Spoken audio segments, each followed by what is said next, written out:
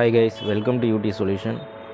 So இந்த வீடியோவில் எதை பற்றி பார்க்க போகிறோம் அப்படின்னா விண்டோஸ் 11 OS உடைய installation full video and then 2 problem அதில் வரக்கூடிய ரெகுலர் ப்ராப்ளம். ஸோ பேசிக்காக அது ஹெச்பி அண்ட் டெல் அந்த மாதிரியான விஷயத்தில் லேப்டாப்பில் இந்த ப்ராப்ளம் வந்துட்டுருக்கு. ஸோ அதை பற்றி டீட்டெயிலாக பார்க்க போகிறோம். வீடியோ ஸ்கிப் பண்ணாமல் பாருங்கள், அப்போ தான் கிளியராக புரியும். ஸோ ஃபஸ்ட்டு நம்ம விண்டோஸ் 11 பூட்டபிளாக க்ரியேட் பண்ணிவிட்டு, அதாவது பென்ட்ரைவில் பூட்டபிளாக க்ரியேட் பண்ணி வச்சுருக்கோம். ஸோ அதை லேப்டாப்பில் இன்சர்ட் பண்ணிவிட்டு ஹெச்பி லேப்டாப் அப்படின்ற பட்சத்தில் அதனோட பூட் ஆப்ஷன் அது F9. ஸோ F9 ப்ரெஸ் பண்ணோன்னா நமக்கு டெம்ப்ரரி பூட் மெனு க்ரியேட் ஆகும்.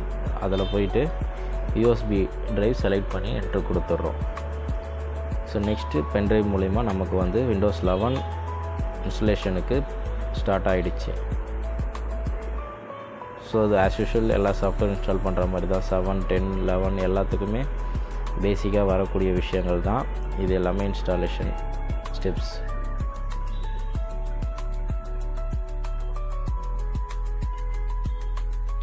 ஸோ இதில் அந்த பார்ட்டிஷன் வரும்போது தான் நமக்கு முக்கியமான விஷயமே இருக்குது.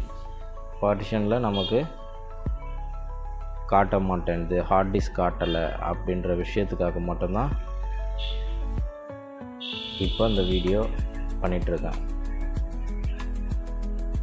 ஸோ இப்போ பார்த்தீங்கன்னா உங்களுக்கு நெக்ஸ்ட்டு ஸ்டெப்பு ஹார்ட் டிஸ்க்கு காட்டலை வந்துடுச்சு. ஸோ ஹார்ட் டிஸ்க் காட்ட மாட்டேங்குது, அதாவது பார்ட்டிஷன் காட்டலை. ஸோ இதுக்கு என்னென்னா, நீங்கள் ஆல்ரெடி இதில் ஒரு சாஃப்ட்வேர், அதாவது ஒரு EXE பூட்டபுளாக க்ரியேட் பண்ணும்போதே ஒரு EXE நம்ம ஆட் பண்ணி வச்சுக்கணும். அது கமாண்ட் ப்ராம்ப்டில் பண்ணணும். அது யாருக்குன்னா டவுட் இருந்ததுன்னா கேளுங்க, அதை நான் ஒரு தனி வீடியோ பண்ணுறேன்.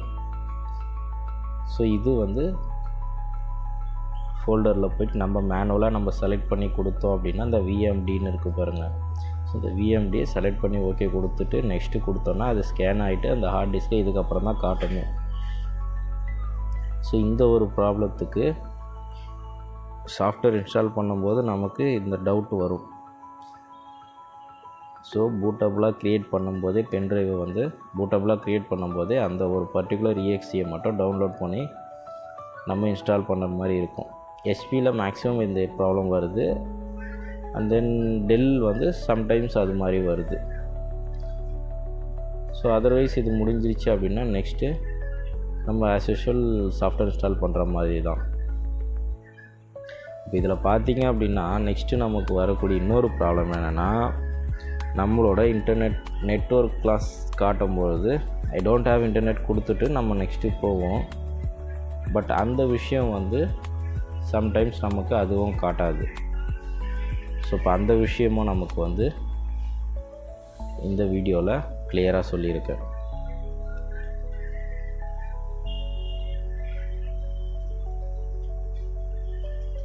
இப்போ பார்த்தீங்கன்னா விண்டோஸ் ரீலோட் ஆகிடுச்சு. ஸோ இன்ஸ்டாலேஷன் முடிஞ்சிட்டு so next setting I don't have internet அப்படின்றது மட்டும் மிஸ் ஆகும். ஸோ அந்த இடத்த நம்ம இப்படி வர வைக்கிறது அப்படின்னா command prompt shift F10 press பண்ணால் கமாண்ட் ப்ராம்ப்ட் வரும்.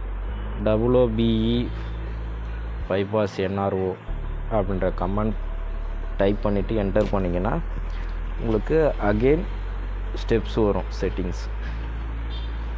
ஸோ இதுக்கப்புறமா அந்த ப்ராப்ளமும் கிளியர் ஆகிடும்.